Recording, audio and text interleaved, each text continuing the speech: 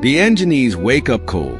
It was a cold January starlit night in 2025 that the sky was ablaze with stars. But Lahore lay under a suffocating blanket of smog. The beautiful night sky was not for the people of Lahore, that the thick blanket of smog had blocked the beautiful skies. The air was thick with the acrid scent of burning rubber and exhaust fumes.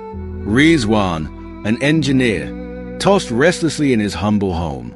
The bustling city of Lahore, known for its vibrant energy, lay lifeless under the haze. The people of the city were afraid to get out and get going. Rizwan's throat burned with every breath, a cruel reminder of the pollution gripping the air. The day's news weighed on his mind. Wildfires consuming California, displacing thousands. Many notable nations from Beijing and Bangkok to Cairo and Karachi were battling against smog. 3 years ago, Pakistan had faced its own calamity. A third of the country was inundated due to historic floods. Millions were still rebuilding their lives. He glanced at his 6-year-old son, struggling to sleep due to smog. A pang of guilt pierced his chest. What kind of world am I leaving for him? Rizwan shut his eyes, desperate for sleep. Instead, a vision unfolded before him. He woke up to find himself in the year 2030. The air was heavier, darker. His son, now a teenager, stood before him, coughing violently. "Why didn't you act, Baba?" the boy gasped, his voice thin and broken. Rizwan reached for him, but his hand passed through the boy like mist. The room melted away, and Rizwan found himself on the deserted streets of Lahore. A digital billboard flashed a warning. Air quality index, hazardous, 600. People trudged by in masks, their faces pale and weary. Cars sat abandoned on roads, fuel prices too high for anyone to drive. The sky hung heavy, a lifeless gray. The vision widened. He saw Bangladesh drowning, villages submerged, families wading through chest-deep water clutching what little they could salvage. The Maldives, once a paradise, had vanished beneath the waves. Across the Arctic, ice sheets crumbled, raising sea levels and flooding coastal cities like Jakarta and Miami. He turned to the Himalayas. The once mighty glacier were now trickling streams, their absence leading to water scarcity across South Asia. In the distance, forests burned unchecked, their embers blotting out the sun. Heat waves turned fields to dust, leaving millions hungry and desperate. The weight of failure bore down on him. This wasn't some far-off dystopia. This was a world just 5 years into the future. Gasping for air, Rizwan jolted awake. His heart raced as he checked his phone. December 2025. Relief washed over him, but it was fleeting. That wasn't just a dream. It was a warning. The next morning, Rizwan took action.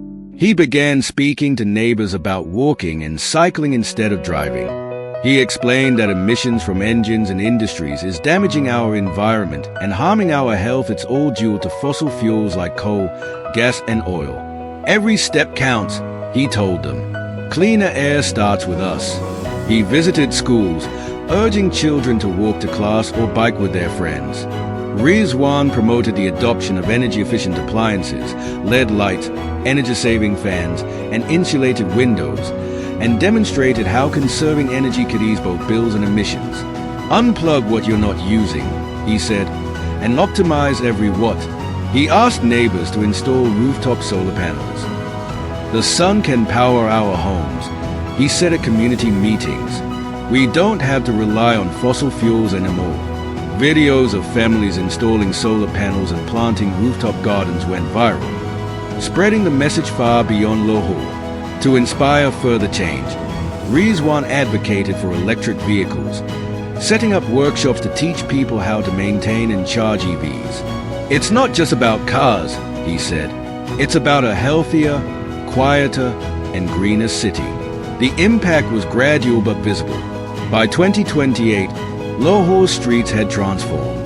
Bicycles outnumbered cars, and solar panels shimmered atop homes. Air purifiers in schools provided cleaner spaces for children. Families shared stories of improved health, more energy, and a renewed sense of purpose. Still, challenges remained.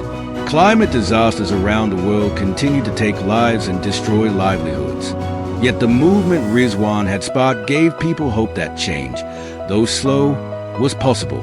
By the end of 2030, Lahore's air quality index had dropped from 600 to 300. The skies, though still gray, occasionally showed glimpses of blue. On New Year's Eve, Rizwan stood on his rooftop, his son by his side. Children played below, their laughter echoing through the streets. "Baba," his son asked, "will we ever have clean air again?"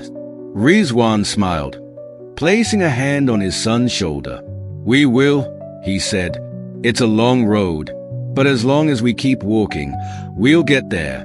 As fireworks lit up the night, Rizwan let himself feel something he hadn't in years: hope. The world was still broken, but it could heal, and this time, he believed it would.